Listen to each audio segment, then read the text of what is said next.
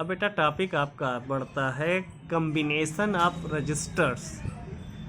तो रजिस्टर क्या है कि जो आपने अभी पीछे रेजिस्टेंस वगैरह सब पढ़ा, तो इनको हम किस तरीके से कंबाइन कर सकते हैं, इसकी बात करनी है।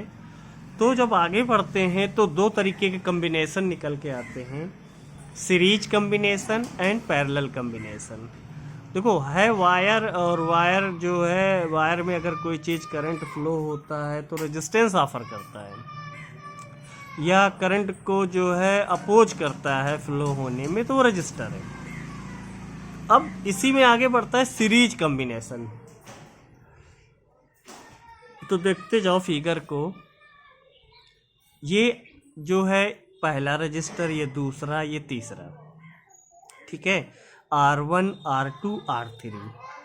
यहाँ पर इस रजिस्टर में क्या किया गया कि इससे आपने एक बैटरी कनेक्ट की, और बैटरी जैसे ही कनेक्ट की तो यहाँ से ये पॉजिटिव टर्मिनल, ये नेगेटिव टर्मिनल, अगर हम अपने दूसरे बेसिक की बात करें हायर पोटेंशियल या लोअर पोटेंशियल नेगेटिव वाला, यहाँ से करंट फ्लो होगी।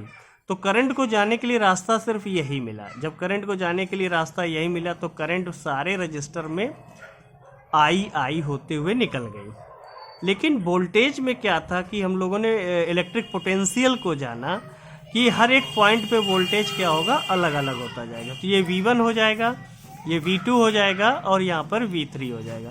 मतलब थोड़ा सा और समझ लें, इस रजिस्टर के लिए वोल्टेज V1, इसके लिए V2, इसके लिए V3।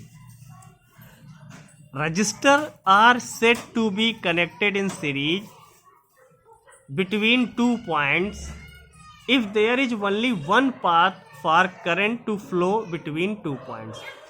हम सीरीज में उन्हीं रजिस्टर को कहेंगे जिसमें करंट फ्लो होती चली जाए, एक ही पाथ को फॉलो करें। तो यहाँ से करंट ये गई और एक ही पाथ को उसने फॉलो किया।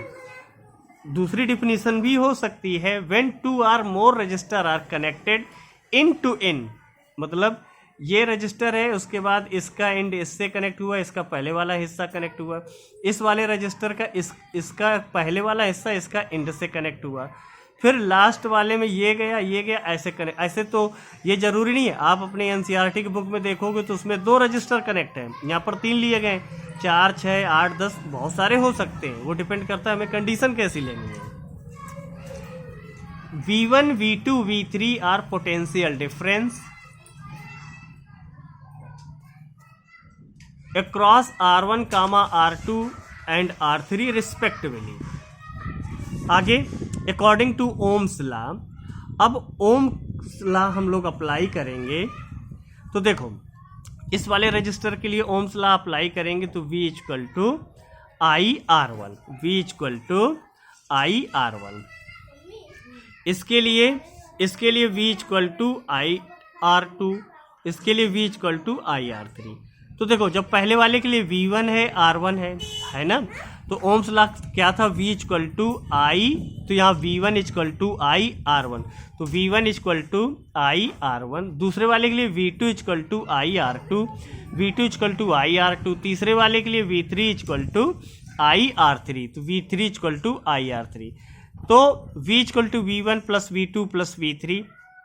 अब ये कैसे आया, ये जो हम यहाँ पर कोई लॉसेस को कंसीडर नहीं किया गया, तो तब क्या होगा, जितना हमने भेजा उतना सब में डिवाइड हुआ, तो V equal to V1 plus V2 plus V3, तो V equal to V1 plus V2 plus V3। अब देखो V1 की जगह IR1 पुट किया, V2 की जगह IR2 पुट किया, V3 की जगह IR3 पुट किया, इक्वेशन फर्स्ट ले ली। अब ये माना गया कि ये R1 R2 R3 के सबका कम्बिनेशन जो रेजिस्टेंस है RS ले लिया गया।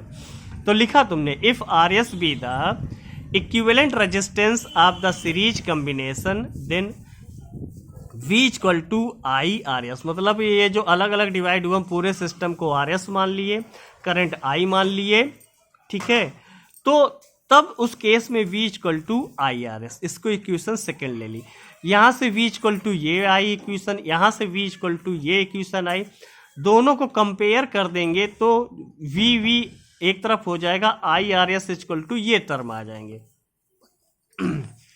आगे आता है आपका I R S equal to I R one plus I R two plus I R three, I R S equal to, अब देखो आई कॉमन ले लिया तो R one plus R two plus R three, और ये I cut गया तो R S equal to आ गया R one plus R two plus R three.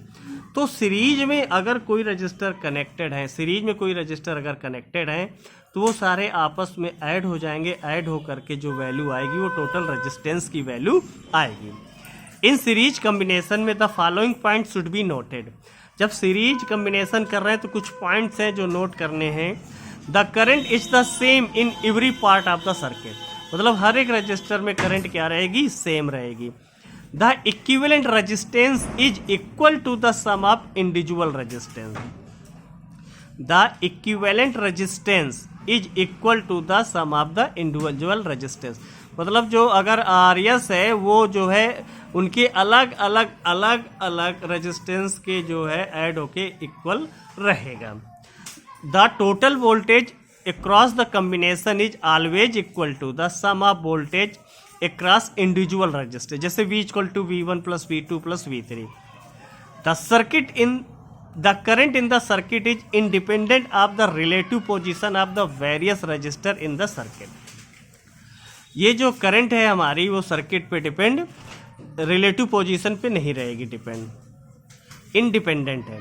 The equivalent register is greater than the greatest individual in the circuit. कह रहा है जो आर एस निकला है वो आपका उन जो भी और रजिस्टेंस R1 R2 हैं उनसे वो बड़ा होगा। ये कुछ पॉइंट्स हैं जो कि इस पे कंसीडर किए जाते हैं।